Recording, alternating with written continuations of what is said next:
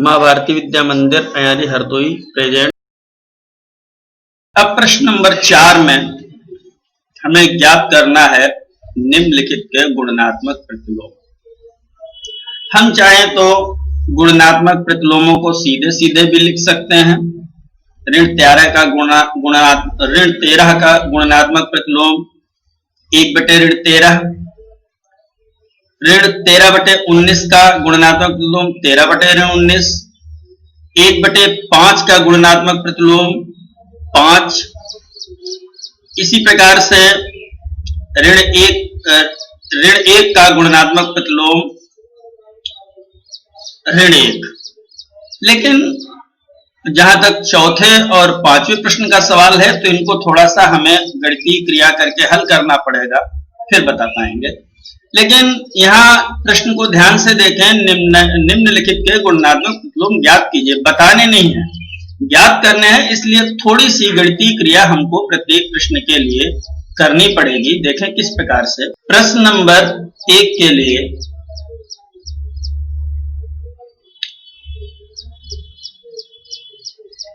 माना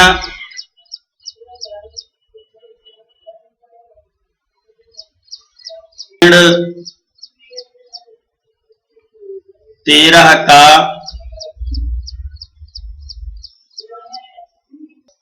गुणनात्मक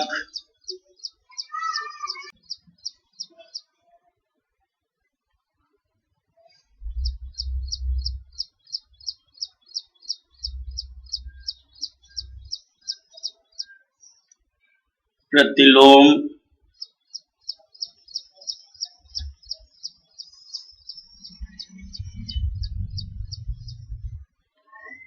बराबर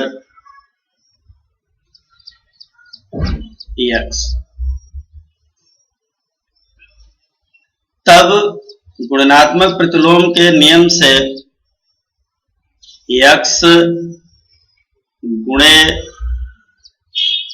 ऋण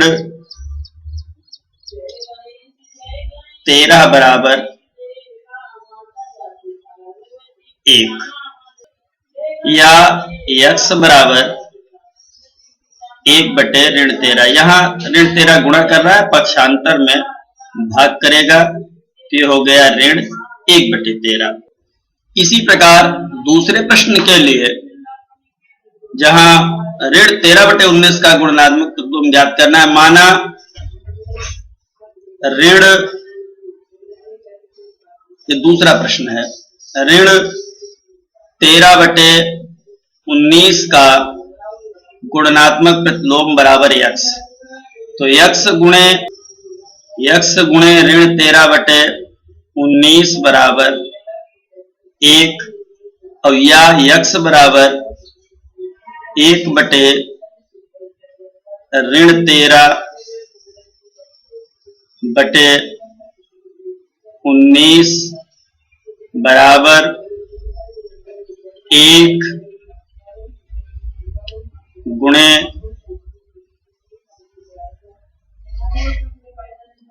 ऋण 13/19 बराबर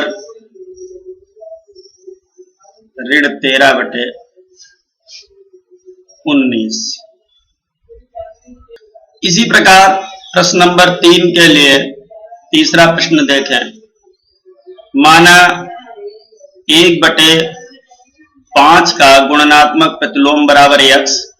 तब x गुणे 1/5 बराबर 1, या x बराबर 1/5 बराबर 1 गुणे 5/1 बराबर 5। तो 1/5 का गुणनात्मक प्रतिलोम 5। अब प्रश्न नंबर 4 के लिए देखें। ऋण 5/8 गुणे ऋण 3/7 का गुणनात्मक प्रतिलोम। इन दोनों की गुणा करने पर 5×3 15, ऋण ऋण की गुणा धन बटे 8×7 56। तो हमें यहाँ 15/56 का गुणात्मक प्रतिलोम ज्ञात करना है। माना गुणात्मक प्रतिलोम बराबर x, तब x गुणे 15/36 बराबर 1, या x बराबर 1 गुणे 36/15 बराबर 36/15। तो ये जो चौथा प्रश्न है, ऋण 5/8 गुणे ऋण 3/7, इसका योगात्मक प्रतिलोम हो गया 36/15। इसी तरह प्रश्न नंबर 5 को देखें। यह पूछता है ऋण 1 गुणे ऋण 2/5, ऋण ऋण की गुणा धन और 2 × 2, तो ये हो गया बराबर 2/5। अब 2/5 का गुणात्मक प्रतिलोम के लिए माना गुणात्मक प्रतिलोम बराबर x, तब x गुणे 2/5 बराबर 1, और x बराबर 1 गुणे 5/2 बराबर 5/2। अब प्रश्न नंबर 4 का 6वां प्रश्न, ऋण 1 का गुणात्मक प्रतिलोम देखें। ऋण 1 का गुणात्मक प्रतिलोम, माना गुणात्मक प्रतिलोम बराबर x, तो x गुणे ऋण 1 बराबर 1, और या x बराबर 1/1 बराबर ऋण 1। अब प्रश्न नंबर 5, निम्नलिखित प्रत्येक में गुणन के अंतर्गत उपयोग किए गए गुणधर्म का नाम लिखिए। तो इसको याद रखना है कि जहां पर हम 1 से गुणा करते हैं और हमको वही परिमेय संख्या प्राप्त होती है, किसी परिमेय संख्या को 1 से गुणा करते हैं और हमको वही परिमेय संख्या प्राप्त होती है, वहां पर 1 का गुणात्मक तत्समक गुणधर्म होता है। 1 का गुणात्मक तत्समक गुणधर्म, या हम कह सकते हैं गुणात्मक तत्समक गुणधर्म। ये पहले प्रश्न के लिए। दूसरे प्रश्न में क्रम बदला गया है परिमेय संख्याओं का, इसे क्रम विनिमय नियम कहते हैं। तो प्रश्न नंबर 2 गुणा की क्रम विनिमयता के गुणधर्म का प्रयोग करता है। और चौथे प्रश्न में 2 परिमेय संख्याएं जिनका गुणनफल 1 के बराबर होता है, तो उसमें हम व्युत्क्रम के गुणधर्म का प्रयोग करते हैं। जब किसी परिमेय संख्या को उसके व्युत्क्रम से गुणा कर देते हैं तो 1 आता है, तो व्युत्क्रम का गुणधर्म है। अब प्रश्न नंबर 6, इसमें प्रश्न है 6/13 को ऋण 7/16 के व्युत्क्रम से गुणा कीजिए। तो देखें हल, 6/13 गुणे ऋण 7/16 का जो व्युत्क्रम है वो है 16/7। 6 और 16 की गुणा बराबर 6 छंग 36 के 6 हासिल लगे 3, 6 × 6 = 3 9, तो हो गया 96/13 91, और यहाँ पर ऋण का चिन्ह है, ऋण धन की गुणा ऋण, तो ये हो गया ऋण 91। अब प्रश्न नंबर 7, बताइए कौन से गुणधर्म या गुण की सहायता से आप 1/3 गुणे 6 गुणे 4/3 को 1/3 गुणे 6 गुणे 4/3 के रूप में अभिकलन करते हैं। देख रहे हैं हल a गुणे b गुणे c बराबर a गुणे b गुणे c से यदि हम इसकी तुलना करें तो से 1/3 गुणे 6 गुणे 4/3 बराबर 1/3 गुणे 6 ब्रैकेट में गुणे 4/3 की तुलना करने पर ये गुणा का साहचर्य नियम है, इसे सहचारिता का नियम भी कह सकते हैं। प्रश्न नंबर 8, क्या ऋण 1 सही 1/8 का गुणनात्मक प्रतिलोम 8/9 है? क्यों अथवा क्यों नहीं? देखें, ऋण 1 सही 1/8 बराबर 8 × 8 = 9, ये हुआ ऋण 9/8।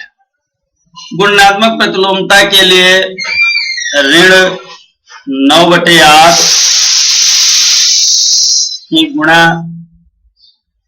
8/9 से करने पर यहाँ उत्तर हमारा 1 आना चाहिए। देखते हैं आता कि नहीं। तो 8 × 8 8 × 8 9 × 9 और ऋण 1। तो यहाँ पर ऋण 1 और 1 की गुणा करने से यहाँ ऋण 1/1 आता है, या कहें ऋण 1 आता है। इसलिए ये ऋण 1 सही 1/8 का गुणात्मक प्रतिलोम 8/9 नहीं है। उत्तर नहीं, क्योंकि ऋण 1 सही 1/8 गुणे 8/9 बराबर नहीं है 1। इसी प्रकार प्रश्न नंबर 9, क्या 3 सही 1/3 का गुणात्मक प्रतिलोम 0.30 है? क्यों अथवा क्यों? 3 सही 1/3 बराबर 3 × 9 = 10, 10/3। इसी प्रकार 0.3 बराबर, इसको साधारण भिन्न में बदलने पर 3 दशमलव हटा करके और नीचे दशमलव की जगह पर 1 लिखेंगे और 3 की जगह पर 0 लिखेंगे, भिन्न बनी 3/10। अब दोनों की गुणा करने पर 10/3 गुणे 3/10 बराबर 10 × 30/30 बराबर 1। चूंकि 3 सही 1/3 गुणे 0.3 बराबर 1 आता है दाहिने पक्ष में, इसलिए यह 3 सही 1/3 का गुणात्मक प्रतिलोम 0.03 है। अब प्रश्न नंबर 10, ऐसी परिमेय संख्या जिसका कोई व्युत्क्रम नहीं है। पहला प्रश्न का उत्तर, ऐसी संख्या जिसका कोई व्युत्क्रम नहीं है 0, क्योंकि 0 का यदि कोई व्युत्क्रम होगा तो 0 ही होगा। वे परिमेय संख्याएं जो अपने व्युत्क्रम के समान हैं वे 2 परिमेय संख्याएं हैं। पहली 1 और दूसरी ऋण 1। 1 को 1 से गुणा करने पर भी 1 आएगा और ऋण 1 को का व्युत्क्रम ऋण 1 होगा, उससे भी गुणा करने पर ऋण 1 ही आएगा। परिमेय संख्या जो अपने ऋणात्मक के समान है तो वह है 0, क्योंकि इसका कोई ऋणात्मक ही नहीं होता, यदि होगा तो इसी के समान होगा। इसके बाद प्रश्न नंबर 11, इसमें रिक्त स्थानों की पूर्ति करनी है। 0 का व्युत्क्रम नहीं होता है। इसी प्रकार संख्याएं 1 तथा ऋण 1 स्वयं के व्युत्क्रम होती हैं। ऋण 5 का व्युत्क्रम 1/5 होता है। 1/x, जहां x बराबर 0 नहीं है तो उसका व्युत्क्रम x होगा। दो परिमेय संख्याओं का गुणनफल हमेशा परिमेय संख्या होता है और किसी धनात्मक परिमेय संख्या का व्युत्क्रम भी धनात्मक है। इस तरीके से हम इन प्रश्नों की रिक्त स्थान को भर सकते हैं और यहाँ हमारी प्रश्नावली 1.1 कक्षा 8 की गणित की समाप्त होती है। आशा है कि तुम लोगों ने समझने का प्रयास किया होगा। यदि प्रश्न समझ में आ रहे हैं तो हमें प्रोत्साहित करें और हमारे चैनल को सब्सक्राइब करें। धन्यवाद। Thanks for watching this video. Please subscribe the channel.